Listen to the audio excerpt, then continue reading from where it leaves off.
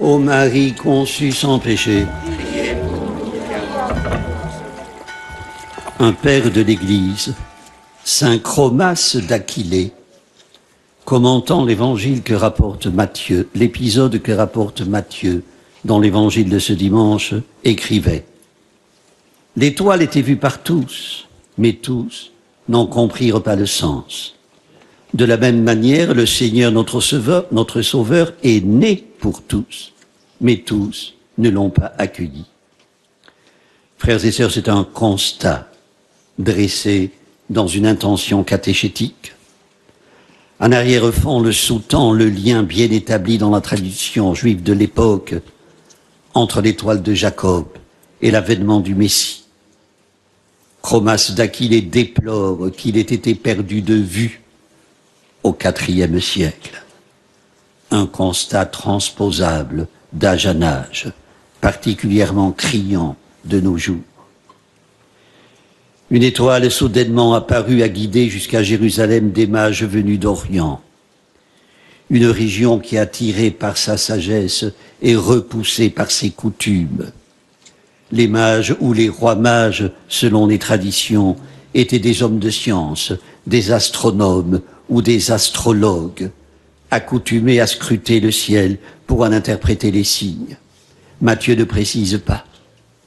Il se contente de les situer dans le monde païen, et du fait qu'ils ont suivi l'étoile, il les oppose aux fils d'Abraham, qui, malgré leur connaissance des Écritures, n'ont rien pressenti de la venue du Messie. Ces guetteurs de signes savent que le lumineux se révèle à ceux qui se tournent vers lui. Spontanément, ils ont fait le lien entre l'étoile et la naissance d'un roi, le roi des Juifs. Une étoile biblique, plus que astronomique. Ce qu'elle annonce, il le tirait de notre mage, Balaam, un païen lui aussi. La question qu'il pose aux docteurs et aux scribes du Sanhédrin, où est le roi des Juifs qui vient de naître, m'est un émoi. Pourtant, ils ne savent que dire, nous avons vu son étoile à l'Orient, et nous sommes venus nous prosterner devant lui. Réorientés par l'Écriture, envoyés à Bethléem, qu'ont-ils découvert? Un nouveau-né dans une crèche. Devant lui, ils se sont prosternés.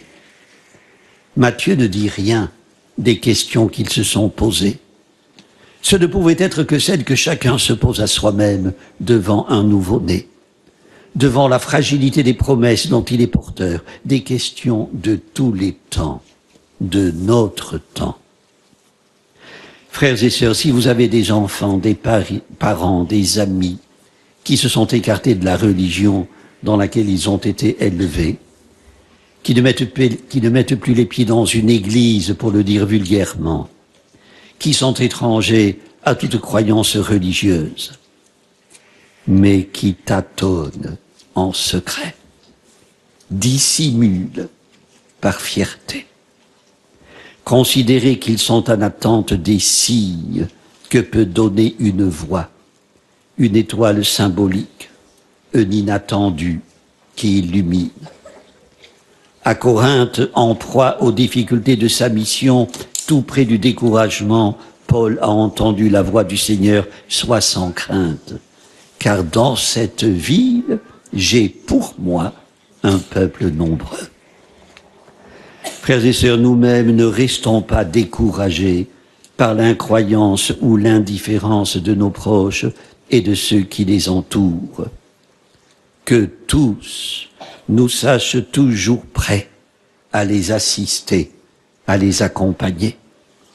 L'épiphanie est signe que le Seigneur est né pour tous, nous dit saint Chromas d'Aquilée. L'épiphanie est missionnaire, puisqu'elle se révèle à toutes les nations, associées au même héritage, renchérit saint Paul. Frères et sœurs, aussi bien, ne nous contentons pas d'émettre le vœu qu'elle soit l'occasion pour les égarés d'un retour au bercail. Il nous faut plus que jamais travailler pour que les ténèbres qui couvrent notre monde soient dissipées, pour que toutes les nations marchent vers la lumière du Seigneur et les rois vers la clarté de son aurore. Des païens ont compris le sens de l'étoile. Ils l'ont suivi avec ferveur, alors que les chefs des prêtres et les scribes n'ont pas bougé. Hérode, face aux mages, est aveuglé par l'ivresse du pouvoir, miné par la suspicion, la peur de tout perdre. Il ne raisonne plus, la rage et la haine envahissent son cœur, donnent naissance à un projet meurtrier. Non pas faire obstacle à la marche des mages, mais les utiliser pour éliminer le nouveau-né de Bethléem. Frères et sœurs, la tactique est de tous les temps. Décréter Dieu mort, Dieu nuisible, l'accuser de porter atteinte à notre liberté, d'être cause d'obscurantisme, éternelle confrontation du bien et du mal. Les présents offerts à l'enfant sont un signe d'hommage. Il est reconnu comme Dieu et roi. Hérode, les mages n'ont plus à le respecter. Un songe leur conseillera de ne pas repasser par Jérusalem. Ils reprendront un autre chemin, une route différente de celle empruntée à l'aller. Empruntons-la à notre tour, commente saint Augustin. Frères et sœurs, ils sont nombreux ceux qui prennent aujourd'hui un autre chemin. Les jeunes Iraniens, par exemple, qui exposent leur vie pour défendre le droit sacré à la liberté et à la dignité. Tous ceux qui sont chassés de leur pays ou contraints de le fuir font de même. Debout, Jérusalem resplendit et les venus ta lumière s'esclave Isaïe. Ce n'est pas la parole d'un capitaine à ses soldats, moins encore le tonnerre du Sinaï terrifiant le peuple confié à Moïse. C'est l'appel à quitter nos somnolences. Dieu est venu habiter parmi nous, la lumière a resplendi dans les ténèbres, l'heure de saisir le sens de l'étoile depuis longtemps a sonné. Dans une méditation non publiée, écrite pour célébrer ses 80 ans, Maurice Schumann disait « Qui donc est Noé selon la Genèse ? Celui qui marche vers Dieu. Qui donc est Abraham, père des croyants? Celui qui marche devant Dieu.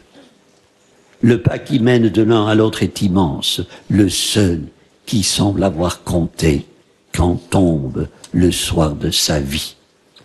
Un père dominicain, le père Ambroise-Marie Carré, commente « Marcher avec Dieu, c'est se laisser tenir par la main. Marcher devant Dieu, c'est accepter la liberté que Dieu donne à ses enfants. » Je reprends ce commentaire en guise de conclusion. Marcher avec Dieu et marcher devant Dieu, c'est prendre le chemin qui repart de Bethléem où nous a conduit l'étoile. Amen. Prions le Seigneur. Seigneur notre Dieu, une étoile a conduit les mages jusqu'à ton Fils. Que l'éclat de ta parole et la lumière de ton esprit nous mènent aujourd'hui jusqu'à toi, le vivant, pour les siècles des siècles. Amen. Le Seigneur soit avec vous. Que Dieu Tout-Puissant vous bénisse, le Père, le Fils et le Saint-Esprit. Amen. Notre-Dame de Lourdes, priez pour nous. Sainte Bernadette, priez pour nous. Ô Marie conçue sans péché, priez